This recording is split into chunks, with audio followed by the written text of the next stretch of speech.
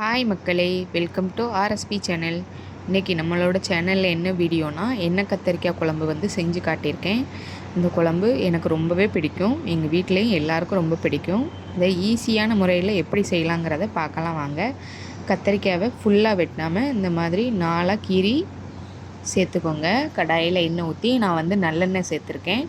எப்போதும் குழம்புக்கு சேர்க்கக்கூடிய எண்ணெயை விட இந்த எண்ணெய் கத்திரிக்காய்க்கு கொஞ்சம் கூடுதலாக சேர்க்கணும். அப்போ தான் டேஸ்ட்டு ரொம்பவே நல்லாயிருக்கும். இப்போ அந்த கத்திரிக்காயை வதக்கி எடுத்ததுக்கப்புறமா அதே கடாயில் கடுகு, ஜீரகம், வெந்தயம் சேர்த்துக்கலாம்.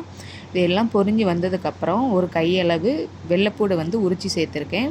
ஒரு 25 சின்ன வெங்காயத்தை தொளி உரித்து பொடிசாக கட் பண்ணி எடுத்து வச்சுருக்கேன். இப்போ அதையும் உள்ளே சேர்த்துக்கலாம். சேர்த்துட்டு நல்லா வதக்கி விட்டுக்கோங்க. ஒரு கொத்து கருவேப்பிலை சேர்த்துக்கோங்க. சேர்த்துட்டு நல்லா வதக்கிக்கலாம்.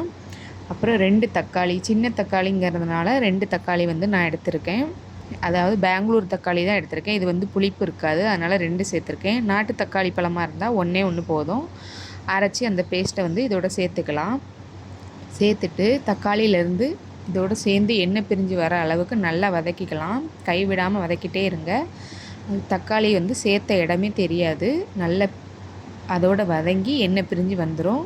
அப்போ தான் டேஸ்ட் நல்லாயிருக்கும். குழம்புமே கொஞ்சம் திக்காக இருக்கும்.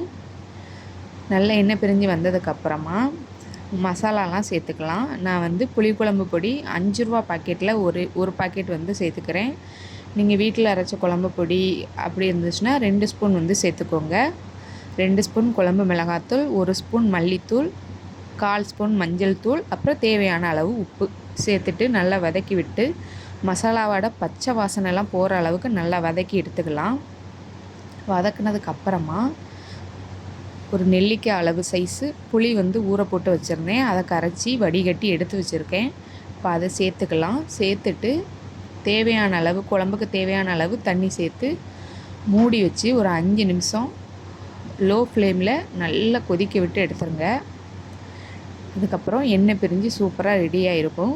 அந்த ஸ்டேஜில் வந்து நம்ம தனியாக வதக்கி வச்சுருந்த கத்திரிக்காயை உள்ளே சேர்த்து மறுபடியும் ஒரு 5 நிமிஷம் மூடி வச்சு சிம்லே வச்சு வேக விடுங்க. சூப்பராக வந்து நல்ல எண்ணெய் பிரிஞ்சு குழம்பு கொஞ்சம் கெட்டியாக இருக்கும்.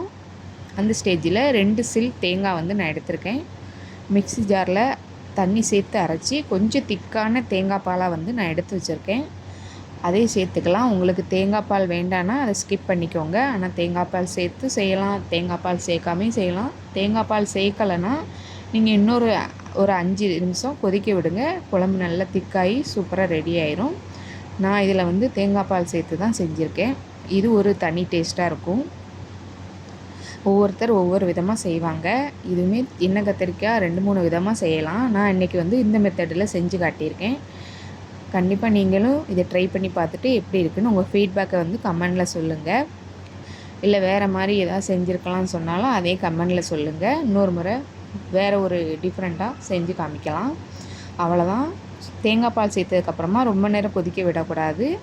ஒரு 5 நிமிஷம் மூடியும் போட வேண்டாம். கொதிக்க விட்டு இறக்குனிங்கன்னா சூப்பராக கம்மன்னு எண்ணெய் கத்திரிக்காய் குழம்பு ரெடி ஆயிரும்.